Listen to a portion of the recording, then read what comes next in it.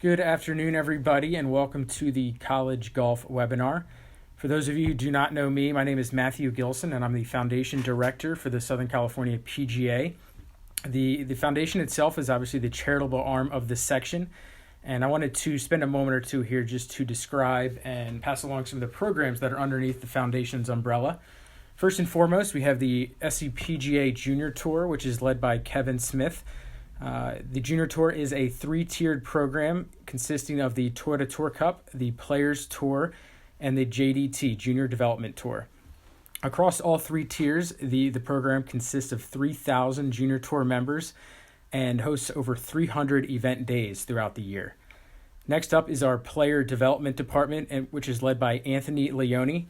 Underneath the Player Development Department, we have the Drive, Chip, and Putt, Golf in Schools, Pga Junior League, and SCPGA Coach. And last but not least, we have our charitable outreach programs, which consists of Clubs for Youth, Junior Tour grants and our financial assistance program, college scholarships, and our PGA Hope program. And with that, we're going to transition to announce our all-star panel today. First up, please welcome Leslie Spalding, the head women's golf coach at San Diego State University.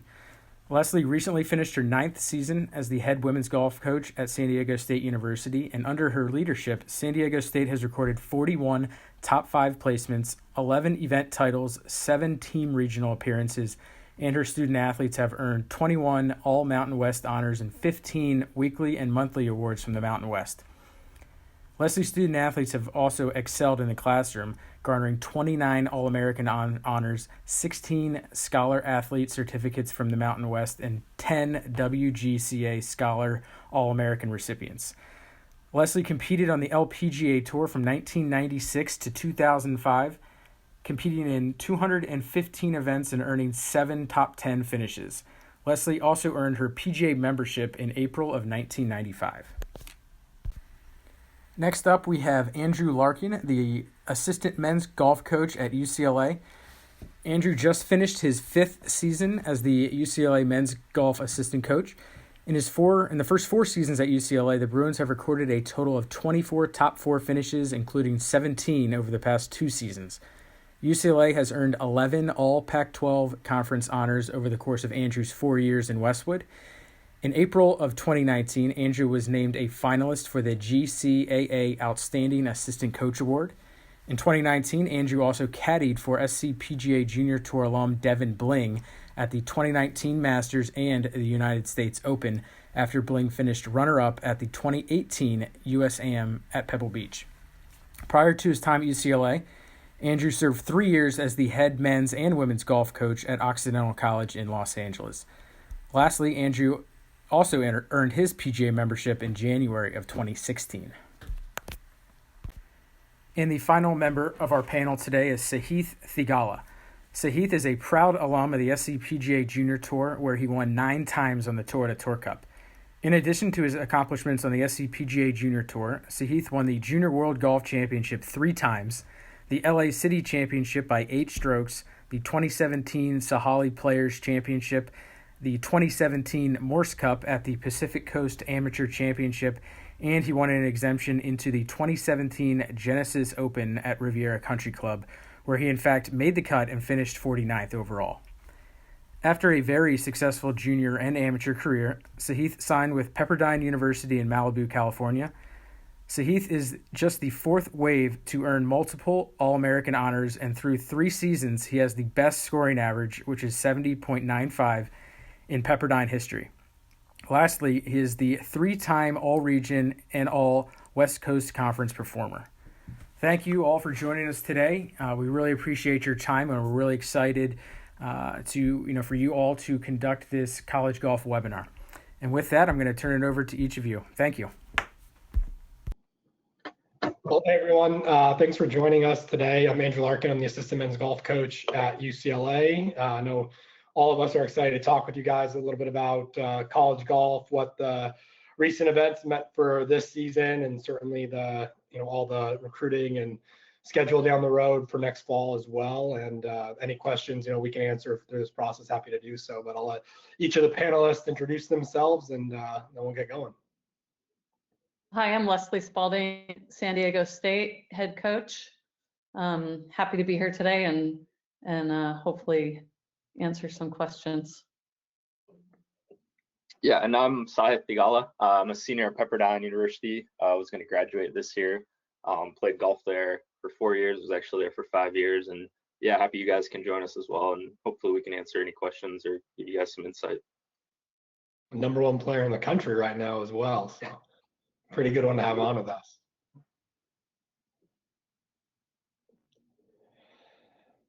So when did we all learn that our seasons were being canceled? Certainly was not fun. I know, for all of us had postseason goals here coming up. Pepperdine was the #1 team in the country, and we were a top 25 team.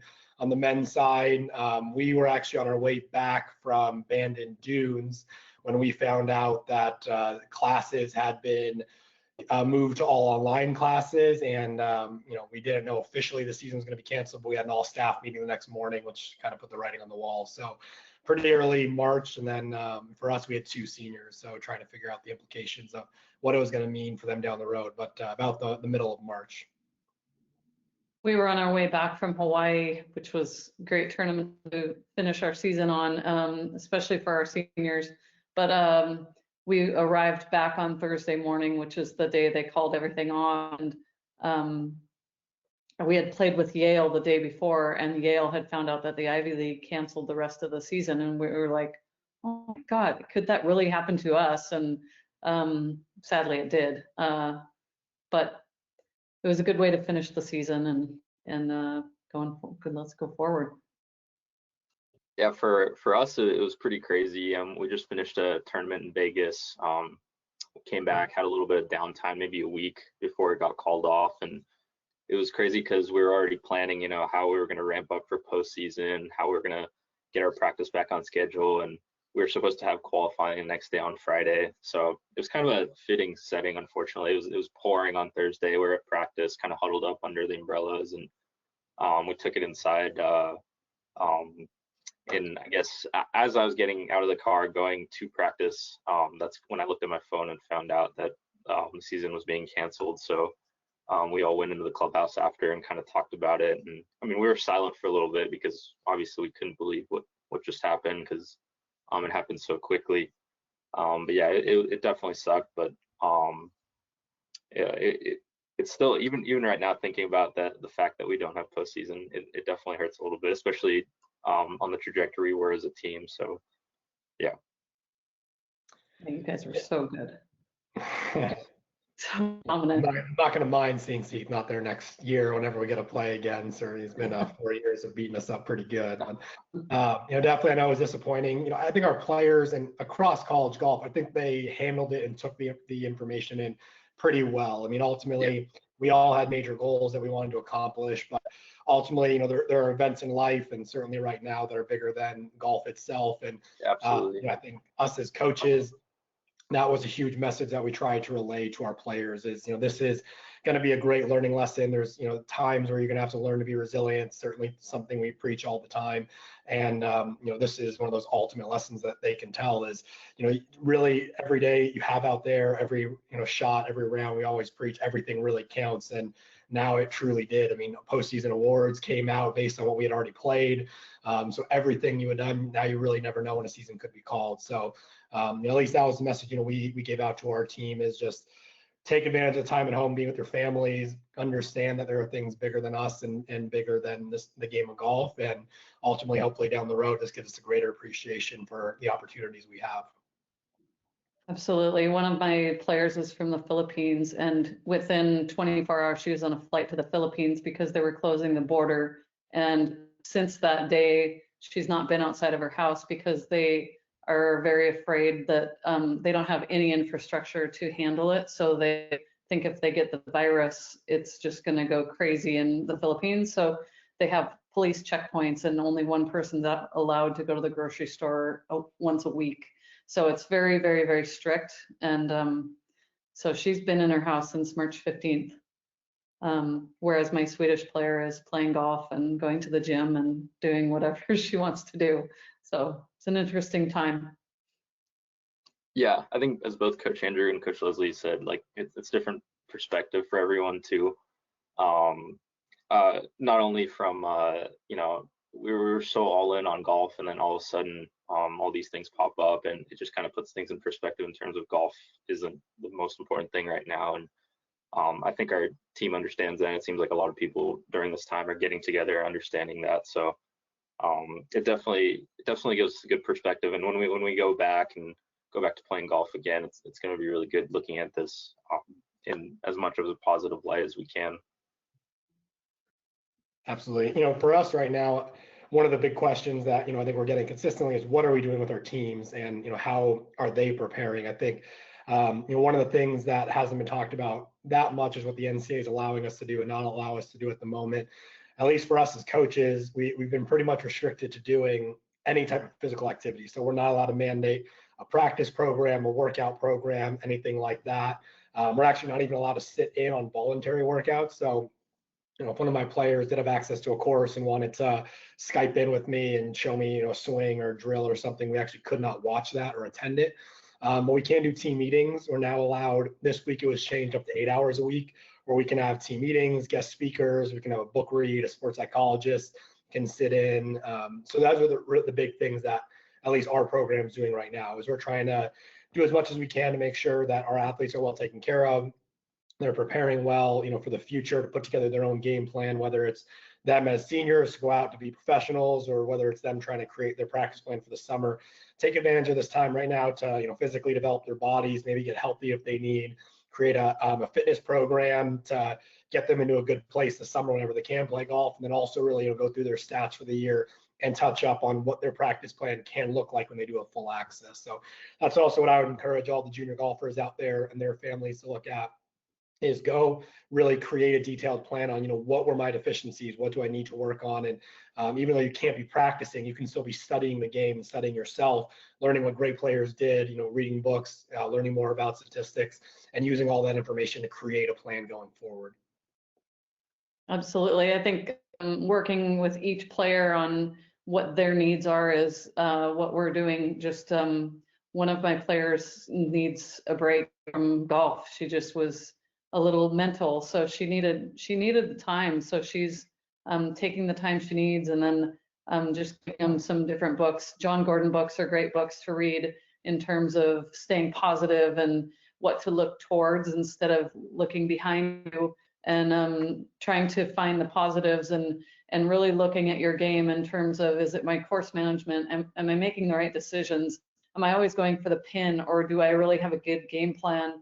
And looking at your stats is really important. It's a really important reason to keep your stats, is so that you can know where you are, and then you can see where you are a year later, but you can learn from your stats in terms of what your mistakes are, and really take your weaknesses and work on those weaknesses. If you have your backyard and you can hit chip shots and you're not very good at hitting a high chip shot, work on it, you know.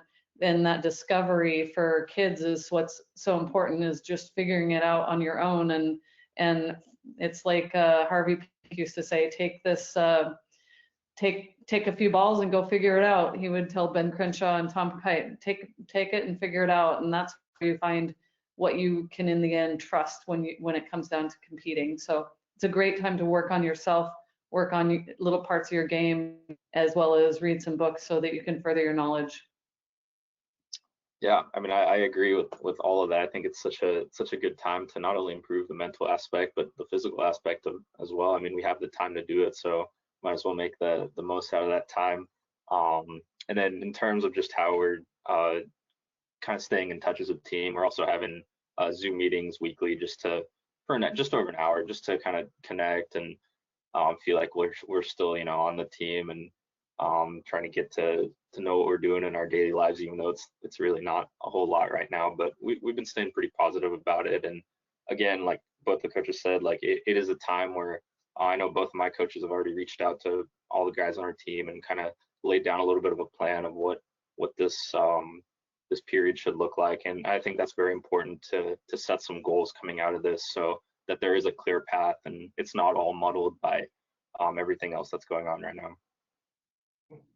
Yeah, I think for us, you know, as coaches, one of the things that hasn't talked about a lot is that our job, at least recruiting wise, really shifted into the NCAA dead period right now. So for the instructors out there that have junior golfers as their clients, the big thing to know on our end is, I know there's going to be pressure from families that why aren't we playing tournaments, or do we need to go to states that are opening to play tournaments? But none of us can recruit until at least May 31st in person. So there's no rush to get players back out on the golf course. We can't even bring kids to campus. Nothing can happen on an in-person basis whatsoever until at least June. And there's a possibility that that could still get extended. So we know, the AJJ's already moved back a few tournaments. Junior Worlds in July is already canceled. So that's going to be, a flexible kind of a moving target, which we're going to all have to adapt to. That doesn't mean that, if they're in the class of 2021 or 2020 and unsigned, that you can't encourage them to be talking to coaches. Email and phone communication can certainly still happen, as well as video calls and anything like that. The younger classes, the 2022 class, 2023 class, can get their name out there. Email, June 15th is still going to be an active communication deadline. So that's the first day that we can contact, have back and forth communication with the 2022 class. So getting emails from them now is great to, put together a database or contact information, figure out who's who out there without seeing anyone in person. So for anyone, out there that is trying to advise, their clients or their, junior golf players, I would probably tell them at least, be proactive, get your name out there, email, put together a tentative schedule, because you can still do that and coaches are still working from home, even though it's going to be kind of a new normal that we're all adjusting to and adapting as, we get the new changes to all the rules.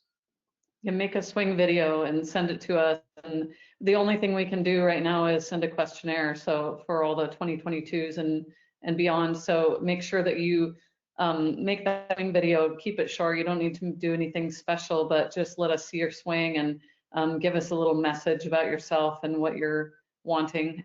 Make sure that your scoring ability matches the teams that you're looking at. If you're shooting in the 80s, you need to look for a team that is, has players of the same ability. If you're looking to go to the top level, then make sure your scores are accurate for that as well. All right. Get the next slide, Bryce.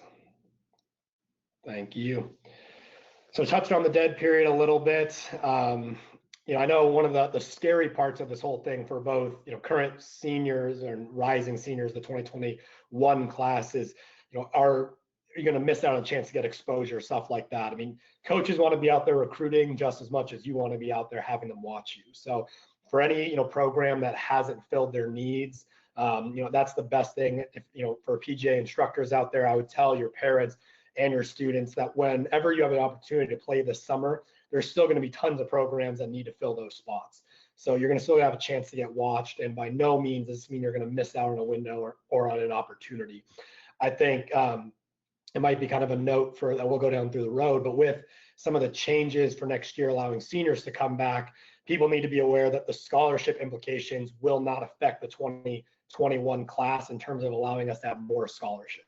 So for us, on the men's side, we get 4.5 scholarships in Division I.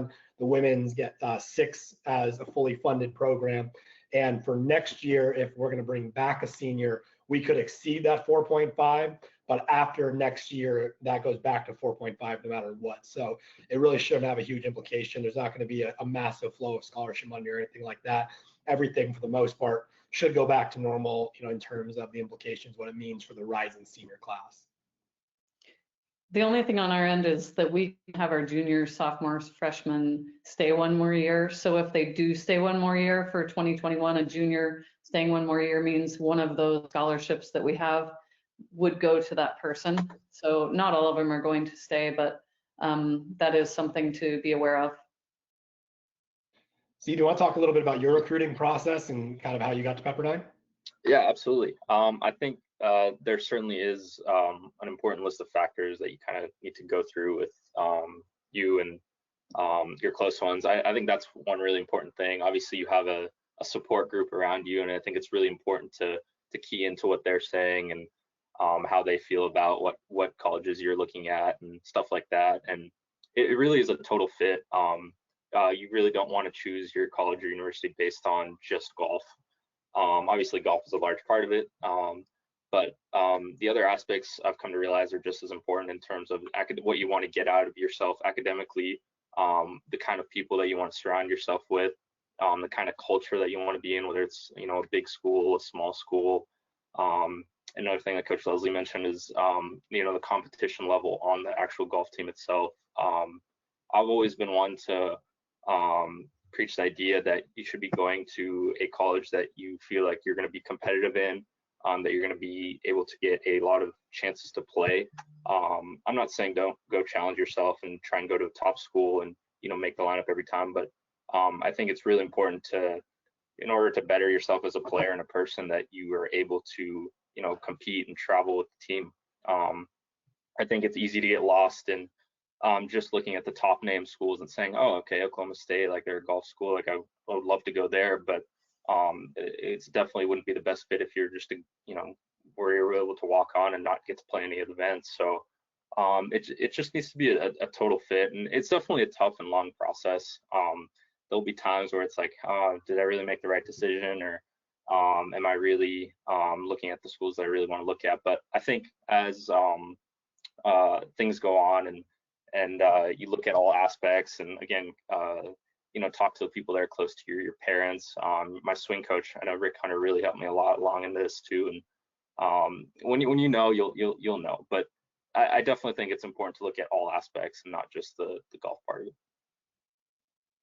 Absolutely. I think the swing coach is going to play a pretty vital role in that process, because they're going to be, you know, one of the first people that we communicate as a coach with on a regular basis, both to get information on, you know, what they are like as a player technically, as well as, you know, how they learn and, you know, what they're like as a young man, because you're going to spend a lot of time with them from when they were maybe a really young child all the way to now.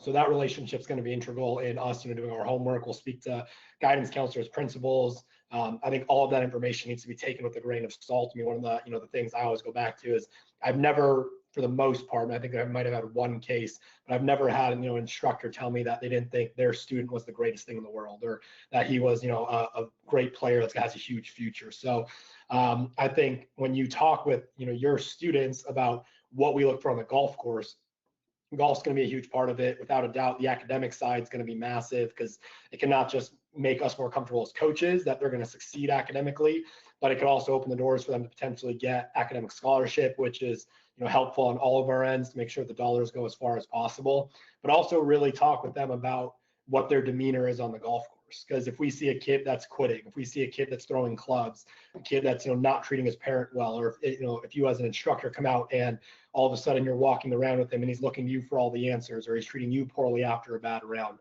that's going to tell us as coaches a lot about what the relationship is going to be like in a college tournament. What happens if that same scenario happens? So coaching them on, you know, who they are going to be as people as much as they are students, I think is a really important aspect. I would say that's a big thing. I mean, students now are so results oriented, and the more that you can hone in on who they are and having balance in their lives, and teaching them based on values and morals, that just enables them to be more successful in college. We have a player on our team who is a walk-on, and she determined that San Diego State was where she wanted to go. Her golf level was not there, but she was somebody that has really great morals and values and is just a great teammate. And she doesn't mind sitting on the bench. I think I would really mind that. But hopefully in the next couple of years, she's going to get to play. But it's a long road of a lot of practices, and goes back to finding the right team for yourself, as well as the right atmosphere and a place you can really succeed on the golf course, and in whatever succeeding means to you and your golf game.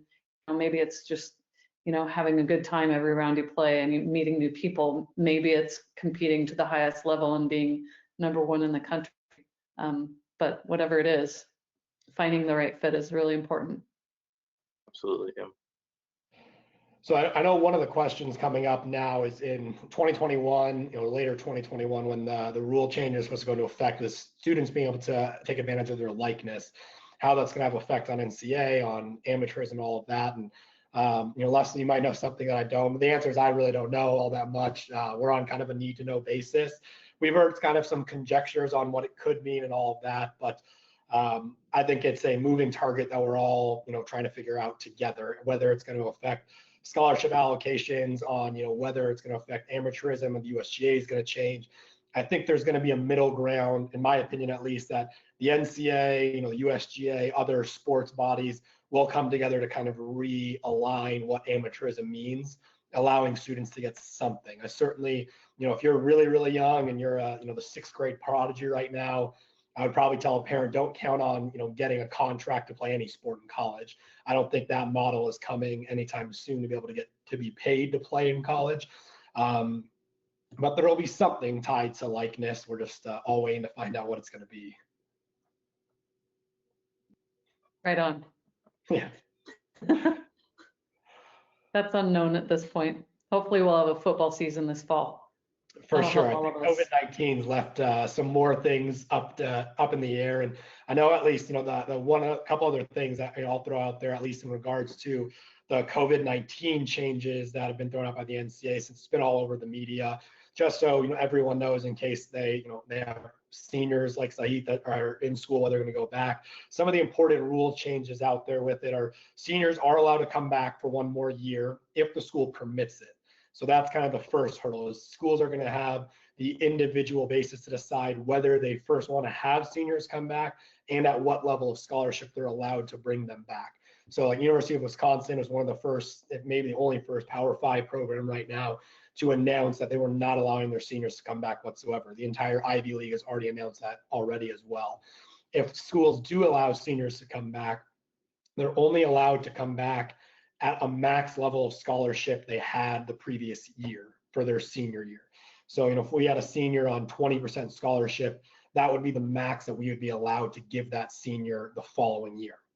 And then they also need to be enrolled in school. So, if we had two, like for us, a quarter school, our 2 seniors graduated in March, they would have to go into a master's program. If, you could delay your graduation, not graduate in June, either on a quarter school or semester school, you could take a few classes in the fall, but you still need to take enough to be eligible. So I think it's one of those things out there. I think a lot of people are assuming that seniors can come back and get a full ride, not have to go to class. None of that's the case. And then if they choose to transfer, the additional scholarship allocation schools are allowed to use goes out the window. So, if we ended up getting a call from a kid at another Power 5 school that was a senior, we could not exceed our 4.5 to try to bring them in. We'd have to make them fit within our normal scholarship allocation, and for 6 on the women's side. Anything with those rules that I missed there, Leslie? Not that I have noticed. No, there are a lot of transfers on the transfer portal right now, just because most of them were slated to graduate in May, and with the extra year, a lot of them want to take advantage of the extra year and look to be a grad transfer. So there are a lot of those right now in the portal. Yep.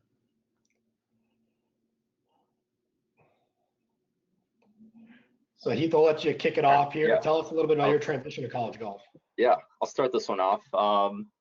I know a lot is talked about the transition between high school golf and college golf, and I'm not going to exaggerate it. It was very tough. My freshman year, I got hit by everything all at once. The first thing that really hit me was the academic part. You just really have to manage your time really, really well. I'm sure everyone's going to hear that a bunch of times coming up here, but time management is so important. Being a college golfer, you really don't have a lot of free time to just kind of mess around at the start. You have to find a schedule that's going to work for you, because you are, going to workouts, going to class, going to practice, and then afterwards you still have to do your homework and all the other little mental stuff that comes with, playing golf and getting ready for golf tournaments and all that. So luckily I was able to be guided by some of the seniors on my team, and obviously the coaches were there for me the whole way to guide me through freshman year. And I really just kind of took it as a learning experience for sure. The results in terms of golf, it's tough to expect yourself to play at the full potential right away, because you're dealing with so much of this other stuff. And in the midst of balancing all that, I think that I really grew as a player and a person. And then once I hit my sophomore year, I felt like I found a little bit of a groove. I found a routine. I found out how much time, I had to really kind of have time for myself, and what time I needed to put aside for golf and school like that. And finding a routine that works for you, for yourself, is going to be very important. And that just kind of allowed me to free up every part of my life, not just my golf.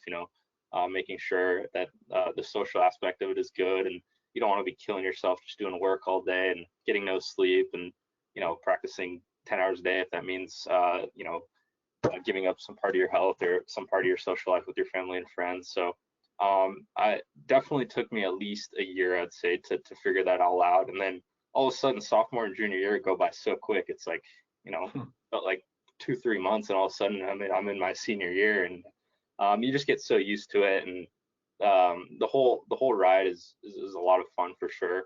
And then I guess looking at it from a golf perspective, it is a little bit different as well. I think it really, hopefully transitions well to pro golf as well, going from high school to college golf. Obviously, there's some long, grueling days.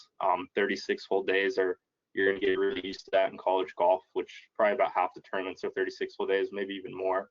So it's a mental and physical challenge that you have to be, again, physically and mentally ready for. And then I would definitely say in terms of actual golf, like the pin placements are definitely tougher in college golf. I just remember in junior golf, I was the kind of guy that just kind of fired at every pin and kind of hoped for the best. And if I short set myself, sometimes there's chances to get up and down. But in college golf, you learn pretty quickly that your misses have to be a little bit tighter. You can't go at every pins. The fat side of the greens and the right side of the fairways, all those misses become more and more important. And again, that's something that I did not learn right away my freshman year. It was definitely a process that took me there. So but again, the overall thing that I should take away from that is time management. Got to manage your time once you go to college, and it's something that will come as a process for sure. Leslie, you want to tell us about your guys' routine or kind of a daily schedule of a Division I athlete? Our schedule, being in Southern California, we practice at 7 a.m. Our home course is the Farms in Rancho Santa Fe. So the girls are up early. We're done practice by 11 o'clock. We have workouts 2 days a week at 11. So those days we practice 7 to 10. Typically we're weekdays, and we give weekends off when we're not traveling. So that's been kind of a good perk for the athletes to get to sleep in, to get to catch up on homework and have a life outside of golf and school. They go to class from noon on all the way through 9:40 at night, depending. And again, workouts are after. So, but there's a lot that is expected, I guess, of athletes beyond what they're already doing and what we can ask them to do in terms of golf. But it's a busy day. It's an early morning. They're in bed at 9 o'clock at night, which is very rare for a college athlete. Yeah, I think that's one of the big things that's overlooked is how much time the athletes need to put in, us with the coaching staff, but on their own. I mean, we're allowed 20 hours a week in college golf to work with our students athletes. So that's for us to dictate practice. In golf, I would say it gets stretched a little bit since rounds can count for different numbers of hours. We can play, a 4-hour round that might only be a 3-hour practice on our log, but ultimately, our players, if you want to get to the high level, are probably practicing 40, 50 hours a week. So that means when they have time in between classes or they come back before weights, they're finding time to go work on their game by themselves. And then certainly on the weekends, we have to have at least 1 day off a week in Division I. Our players, aren't necessarily expected to go, but to compete at this level and to make the traveling team do those things, they're probably out there putting in the time when they need to. So even though they might have the weekends off from the team, their weekends are not off. So that's one thing, keep in mind. That's going to be different at every level. And that's really important in the recruiting process to go think, if I want to have maybe a more balanced college life where, I could join a fraternity, or I could, have a job, or I could do something else. You may not want to go to a top, 25, top 50 program, because your expectation is going to be class and school. And if you can find a way to fit anything else in, it's kind of lucky. You just work it in when you can. But our schedule, is very, very much the same. We work out as a team 4 days a week. We have at least 4 days of team practice a week. Our players have 3 individual days. They can ask us as coaches to work with us if they want during those individual days. And certainly, I would say our average guy puts in between 40 and 50 hours a week just for golf. Then they have to fit in school, tutors, everything else to get a good degree. And then, if they have any extra time outside of other requirements from the athletic department, then they can go do what they want. So the most exciting part about being a college athlete, well, see, since you're the most recent one of all of us as a college athlete, I'll let you lead it off. What did you love about your time at Pepperdine? Yeah, I gotta say the most exciting part about being a college athlete is traveling to all these amazing places that we've got to go. Obviously, Pepperdine's been really lucky, and we've gotten to go to a lot of awesome golf courses and a lot of awesome cities. And I think looking back at it now that I know it's over, it just goes by so fast, and it's really important to enjoy every moment that you have with the guys on your team and your coaches.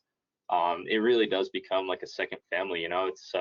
It's crazy how close you get to the guys on the team and your coaches, and just looking back at all that, like there's so many memories that we'll be able to talk on the rest of our lives. And pretty much every one of my teammates that I've had, I'm going to be close with them the rest of my lives. And yeah, just looking on all that was definitely the most fun for me. And obviously going around campus, there's a little bit of a different I guess vibe being a college athlete. I don't know how to say that directly, but it's cool though. You get to walk around. You're a little bit different, and people know that you're on. Typically, people know that you're on a sport team, especially if you guys are doing well. So there's a lot of perks to being a college athlete. Obviously, there's a lot of hard work that goes in behind the scenes that other college students don't see. But I think just taking it in and realizing that you have a second family in your team over there is what college golf is really about.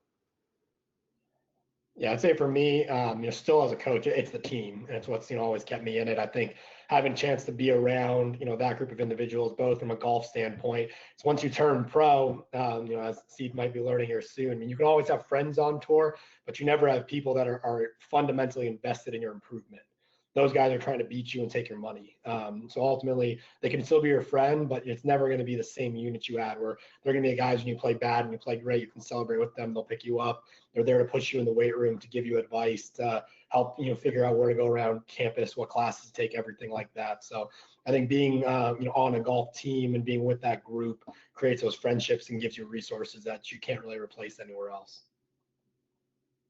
I agree. I think it's interesting as a coach, to recruit players and then see them with your team and kind of see them gel and become a team, and then watch them after they graduate continue to have those strong bonds and strong friendships, as it's such a special time, just because golf is not really a team sport. It's the time of your life that you get to really be a part of a team pulling for one thing, and everybody's invested and investing in each other, and they learn so much about how to be with other people and how to work with other people. I think you're better off in the long run as far as your career goes too. You can use so many experiences. Absolutely. Yeah, I think the least exciting part, I think Steve touched on it, is the time demands on student athletes, without a doubt. I mean, there's going to inevitably be a time where we're coming back from a trip, you get a delay with a flight, you land at 2 a.m. and you have a midterm at 8 a.m. the next morning. It's just part of the life you got to live with. And students don't always want to take on that ability, kind of transitioning already down a little further down the road. I mean, I think that's the biggest part of seeing, kids that come in and they succeed right away versus kids that struggle right away.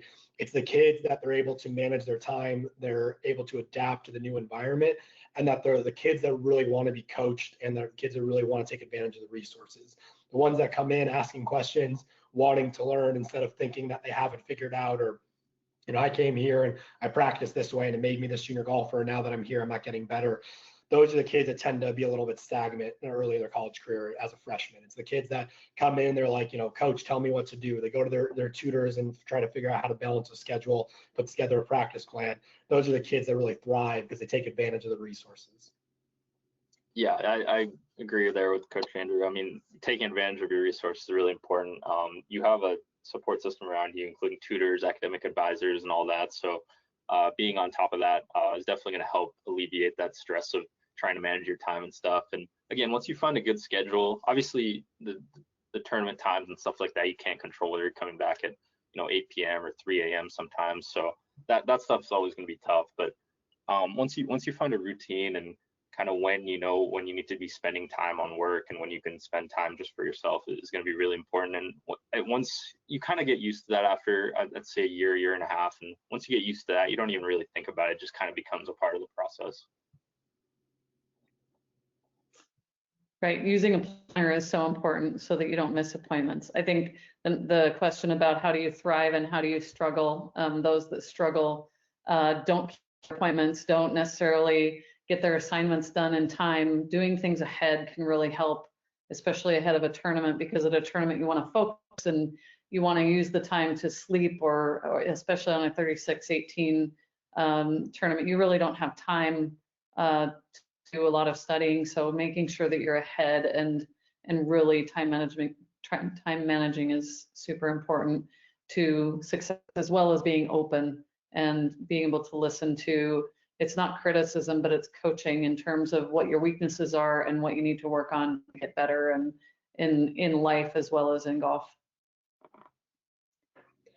I know one of the the things that us as coaches often struggle with as well with those first year players or kids transitioning to college is taking some of them, getting them used to practicing within a team, because it is a very different environment. I think one thing I would encourage all kids to do to get prepared for that, as well as also fight burnout in high school, is potentially play other sports for a couple of years in high school, or to play on any type of travel golf team, whether it's Pga Junior League, play for your country clubs. I think the kids that we see often struggle adapting to a team practice schedule are the kids that it's always been them by themselves, maybe with one coach, maybe mom and dad has always loved the show, but they've never been with other players and they've never had to do anything with a team. So I think it's something we love to see in recruiting, is if you've been a multi-sport athlete, if you've played on a travel team, if you've gone to nationals with Pga Junior League, you understand what that team environment is like. And you understand that at some point things are bigger than yourself. So certainly, we need to teach those players that have never had that, show them the value of being on a team, even though that, chipping might be their strength, that we need to get better as a group, because they can't win us a tournament individually. So today as a team, we're going to work on chipping.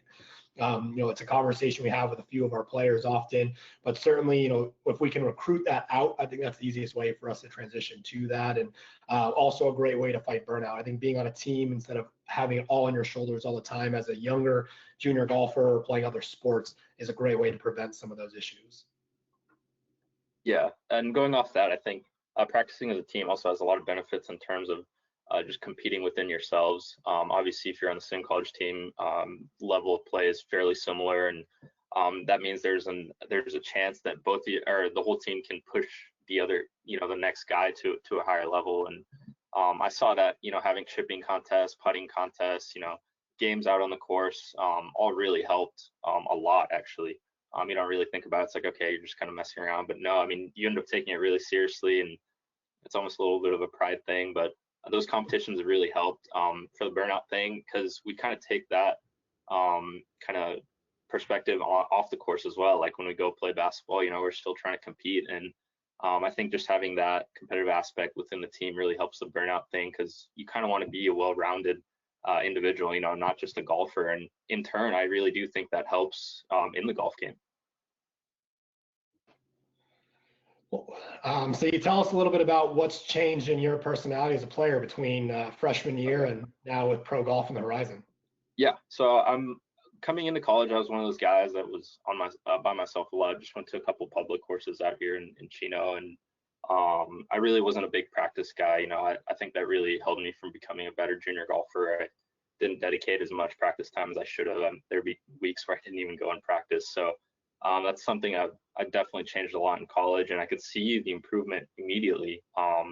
Being able to practice in awesome facilities is something that I really didn't have a lot growing up. So just taking advantage of that, and again, the structured practices that the coaches provide, it instantly brought my game to a new level, both from a mental and physical standpoint, because again, you're competing with all your teammates at every practice here and there. So that was definitely really big for me in terms of practice, because again, like I said, I really didn't practice a lot in junior golf, and I could see the improvement that it had on me in college, and I got used to that as college went on. And you find new ways to you find ways that work best for you in practice, and the coaches really hone in on that. And my coaches have done a great job in giving me a structured plan to make each practice count as much as possible.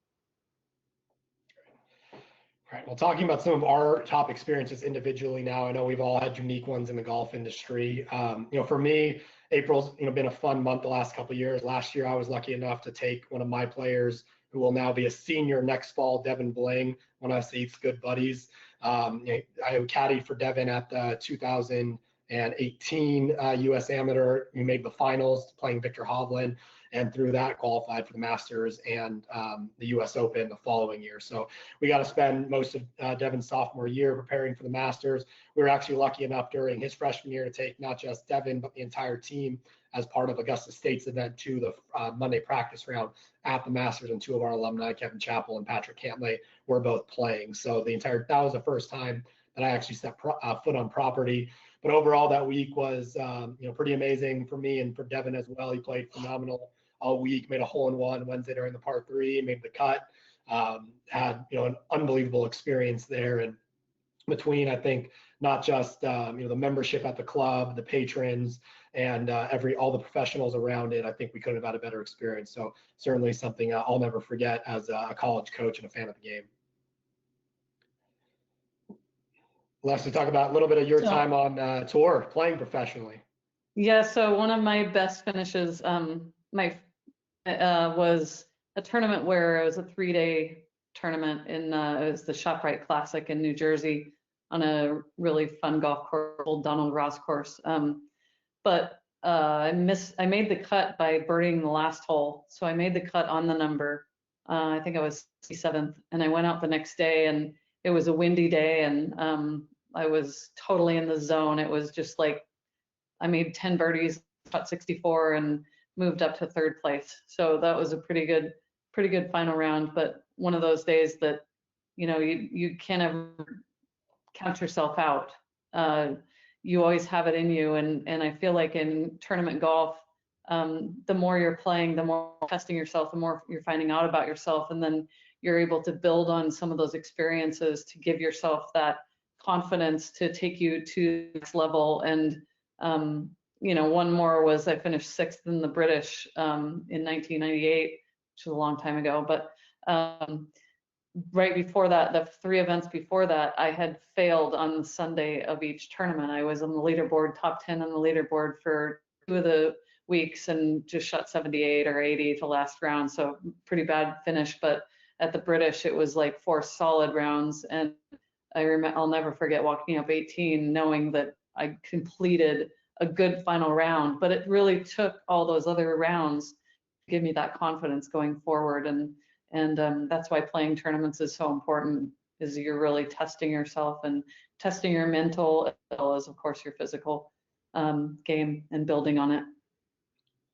See, for you, I know you played, at the Genesis Open at Riv, won the Masters of the Am in Australia now, and #1 player in the country. So tell us about a couple of your top experiences.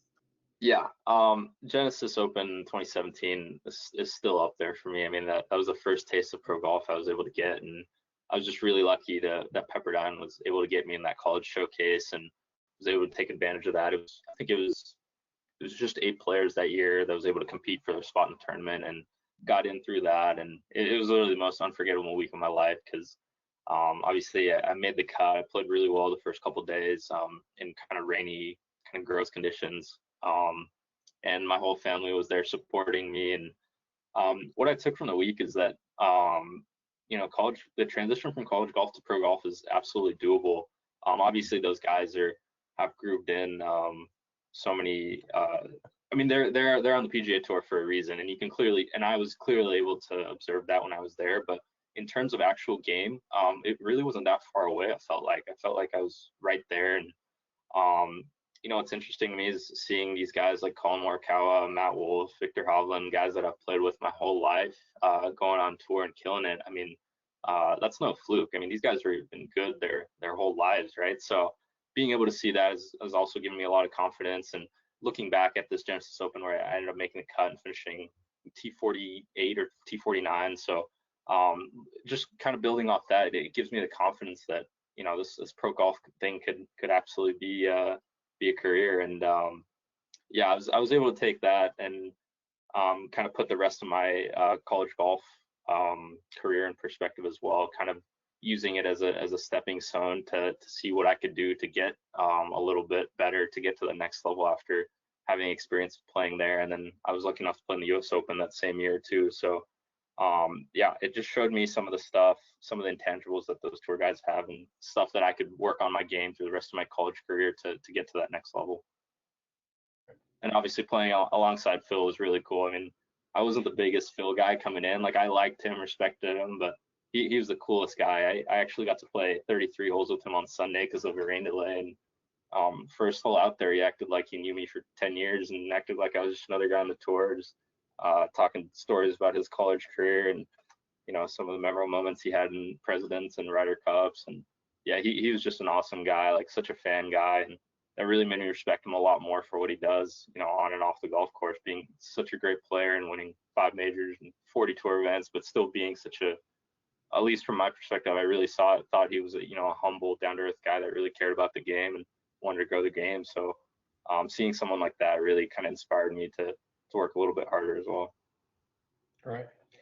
And so some of you know, our championship experience with our teams and some of the most memorable for us in that regard. I mean, I think for me, I would actually tie into Masters Week, and I wasn't there with my team, but last year during Masters Week, we had 2 team events going on in Arizona. We won the first one at Wyoming's event, and then finished 3rd at ASU. So even though I wasn't there with the team as a coach, it was the most memorable week for me to be able to, you know, have the team go play well, show the depth that we had built back up to, and to overcome the distraction of watching a teammate at the Masters who was a regular starter, and to go play really well in 2 events. So that was my most memorable week as a college coach. For us, ours was last spring. We played our conference championships at Mission Hills in Rancho Mirage, and we have scores that are, you know, keeping score for our players. But we were on the last hole, and my mission was to just be very chill and not look at scores. And my senior, who actually she was a junior, she was not the most disciplined golfer.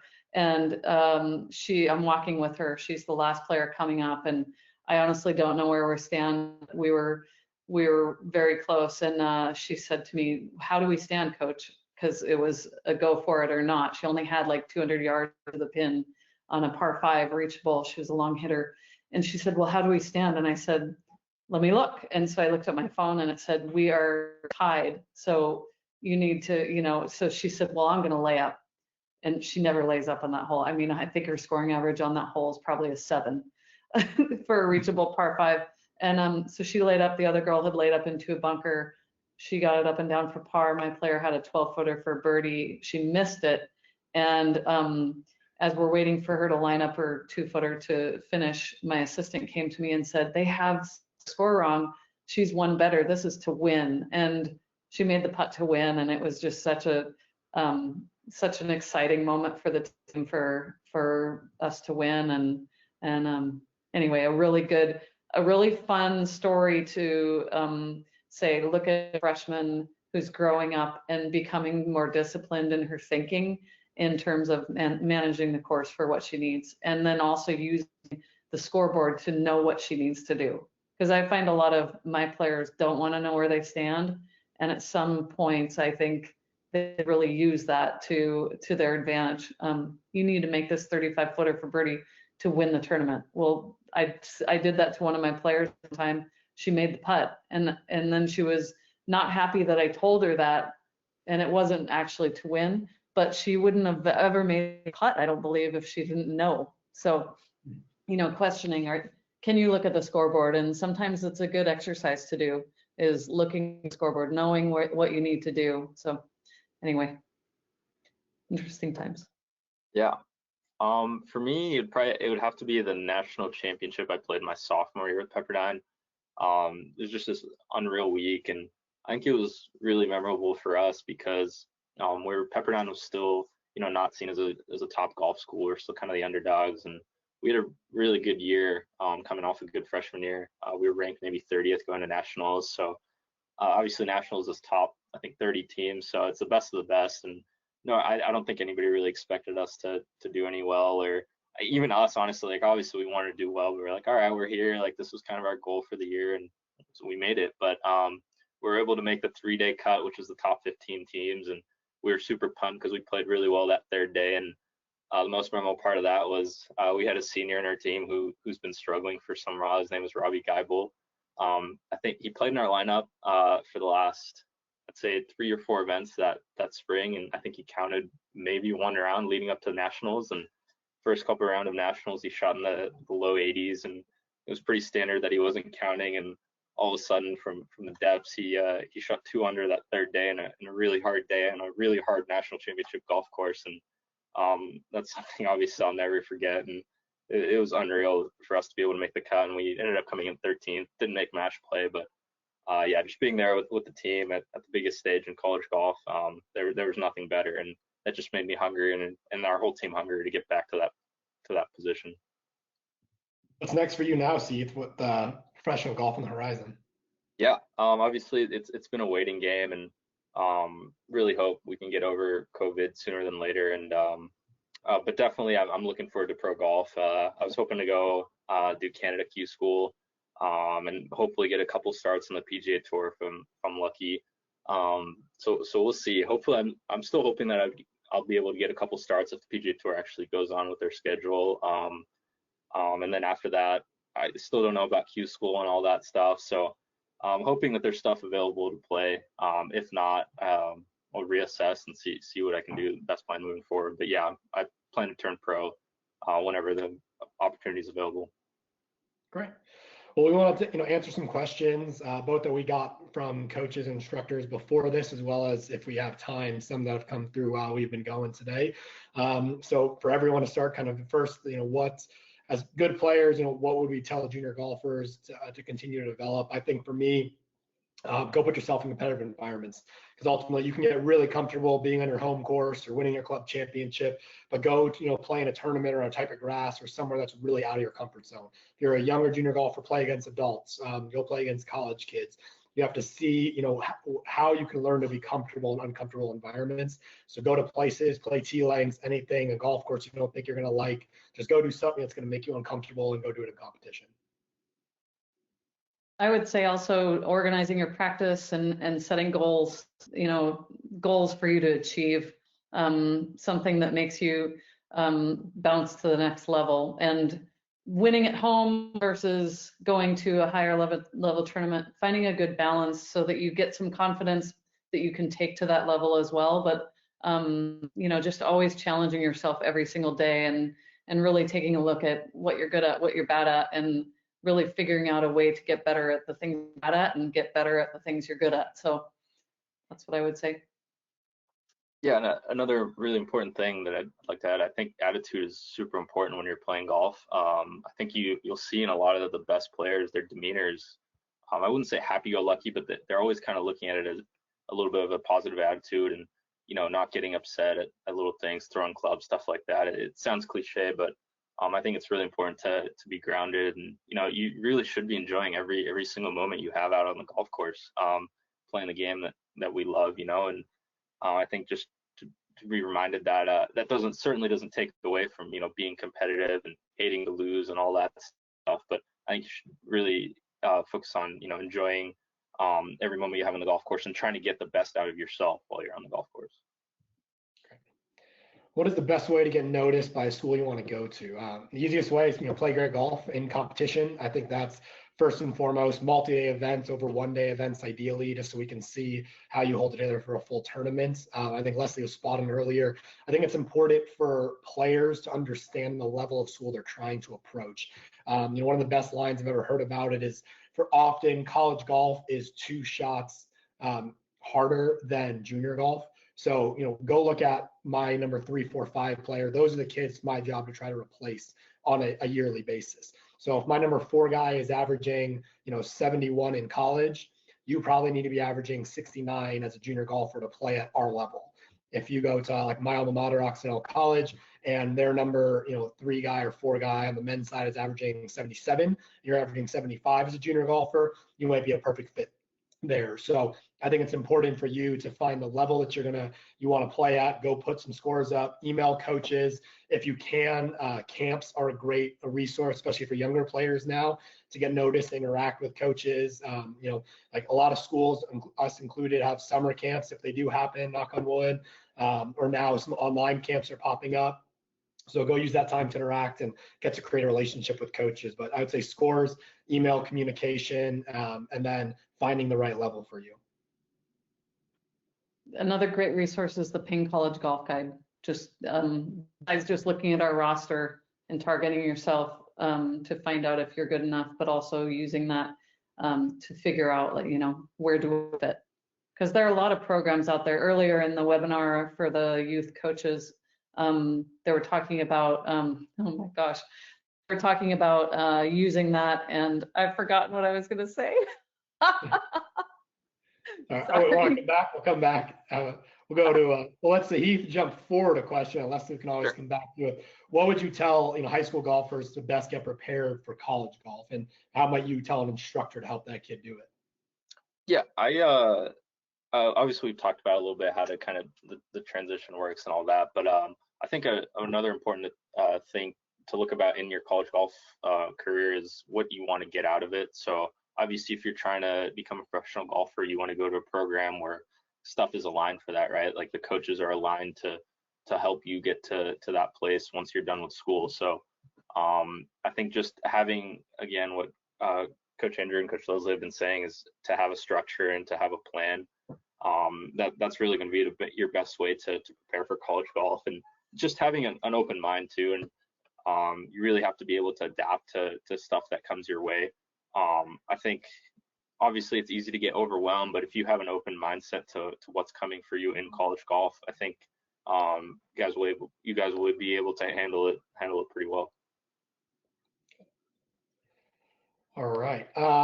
With a number of spring events and summer events canceled, it's going to have an impact on recruiting. I think we touched on it a little earlier. I think it'll have a marginal one. Honestly, I don't think it'll have a huge effect right now. At least during the spring season like this, I don't think a lot of coaches are spending a huge amount of time out recruiting in April and May. So I think, as if stuff doesn't start until, let's say, August, I think you'll miss a big chunk of summer opportunities there. But ultimately, if some golf reopens in June, coaches are going to be out on the trail the second we can and go out recruiting. So I don't think it's going to have a huge impact on the 2021 class, really at all in the 2022 class. I would say, right now, contact coaches, get in front of them so you can figure out what schools have openings. That might give you a better idea of where to visit whenever you can visit.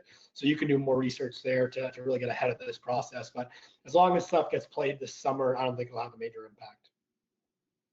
I think also targeting your schedule according to where you're really looking. Have your students really look at what schools you really want to play, and then whatever tournament there are, just find one in that area and make sure that you communicate with a coach to make sure that they will be out to watch, and obviously have your level of golfer contacting the right level of college team. What advice is there for junior golfers experiencing anxiety or stress about not being able to compete or showcase their skills? I think that goes right into it. Ultimately between Division 1, 2, 3, and even junior college, there's almost 1,000 spots at least every year in teams that need to fill a program. So there's going to be opportunities for you to find the right place for you. I think coaches are going to be out there looking still right now, even in the dead period. So just take advantage of this time. I think if you're proactive and you're smart about the level you're approaching, and if you want to have a few reach schools and approach them to tell them where you're going to be playing this summer if they have spots, then you can go do it. But I don't think there's any rush to get into it right now. There's always going to be coaches looking to fill spots. With the NCAA granting one more year of eligibility to seniors, that can affect incoming freshmen who have signed their NLIs.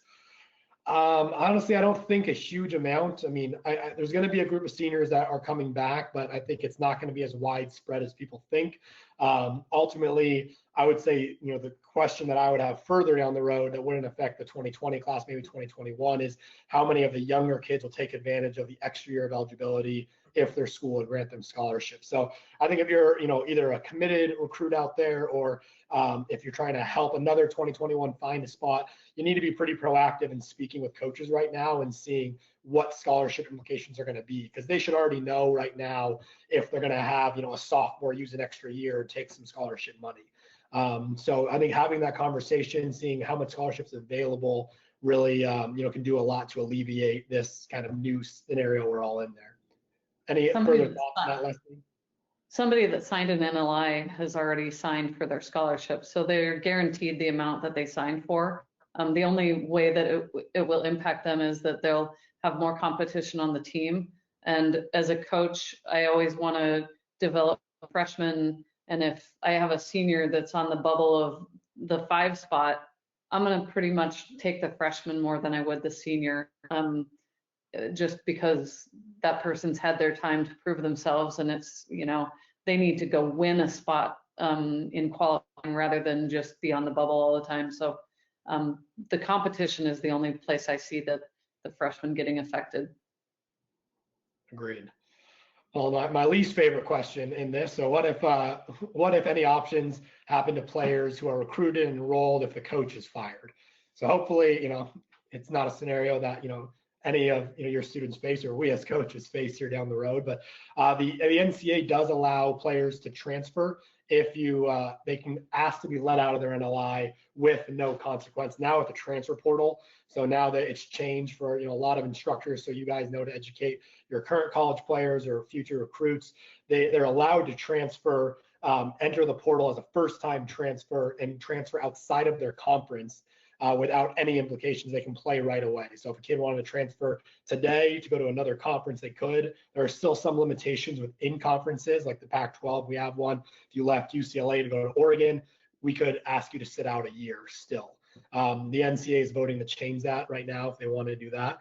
But they do have the option to go look elsewhere if they want. The only risk that player takes often for most schools is if they enter the transfer portal, even if a coach has been fired, if they're on substantial scholarship, they risk losing that scholarship at their university. So it's something they need to weigh and be smart about before they make that decision, and maybe wait to talk to the new coaching staff or ask an athletic director who they might be pursuing to see if it's someone they may be interested in playing in down the road. Should we try to get to a couple of these questions? What do we think, panel? Let's try. We'll maybe take 1, 2, or 3 here. Yeah. So for Sahith, we got one for you. Says, would you choose Pepperdine all over again? Yeah, I think I'm a little biased in that because I've had the experience, but yeah, I would for sure choose Pepperdine again. I mean, that's a tough question, but obviously I was weighing other schools pretty seriously, but just the total fit of Pepperdine for me just aligned really well. And I think that goes back on the important point that you got to make sure the school you pick is aligned with you, and not just golf, but in golf, academics, socially, all that stuff. So I think Pepperdine met my expectations and exceeded that, and both I'm able to make friends outside of golf that I'll have for the rest of my life. I feel like I've come a long way in my journey of actual golf improvement as well. And academically, I've loved my major of sports administration and marketing. So I feel like in any event, I'm ready for the next part of my life, which is essentially what college should be, right? To transition you to that next stage in your life. And I feel like Pepperdine's been awesome for me in that regard. Leslie, I'll give this you question from Eric. The question from Eric about on-course increased exposure in college golf. How do you handle walking with a player right now, one-on-one? Sometimes when players may not want that one-on-one interaction, how do you balance working with your roster during a tournament day with who you might walk with versus who you might not walk with? Sorry. Our players, or one of our players, love attention, loves to be coached, loves having help making decisions, always wants to bounce things off of one of us. So we always know that she wants us there. Some of them just want to be by themselves and make their own decisions because they feel like they own that decision and there's never a question or whatever. So I think it solely depends on the player at the time, what they would like. So a lot of them like help. We're usually on par threes if we're not walking with an individual player. Absolutely. I think I'll take the final one just to wrap us up. We got a question from an instructor talking about a younger student might not have the resources to go play in all over the country in different areas. And I'd say right now, especially given the climate when stuff does reopen, I think coaches are going to be very accommodating of understanding that families may not want to travel substantially right now and may not have the resources to do it. And even in a time that is not like this, I think we all understand that there's going to be different complications for each type of student and each type of family in terms of what they can and can't do. I'd tell you, go play events, go play, become the best player in your region, your best player in your area. If you go shoot 65 in a one-day local event in a small part of California or Texas, wherever you may be, you're going to get exposure. So as long as you're doing it in competition and you can continue to do it and show great scores through any type of events you can play in, coaches will ultimately come find you. So when you can go to a bigger event or travel, take advantage of it. But until then, do whatever you can to play and get those scores out there, and coaches will come find you. I know we've listed all of our contact information, our social media as well. So definitely encourage you all to go follow each of us individually, our teams as well. I think they're great resources to learn about how we do things as coaches, how our programs work, as well as different camp and exposure opportunities to where you can meet and interact with coaches. But certainly, hope everyone's safe out there. Hope you learned something today. And if there's anything else any of us can do for you guys, we're more than happy to do so. Yeah, thank you guys very much for having me. And yeah, feel free to contact me on any social media and ask me any questions that you guys might have. And yeah, again, hopefully you guys are staying safe and staying healthy, and we're gonna get through this on the other side better than we were before. That's right. Good luck, Sahith. Good luck to everybody. Stay well. Thank you, Leslie. Thank you, Sahith. Thank you, Andrew, for your time today. We really appreciate it.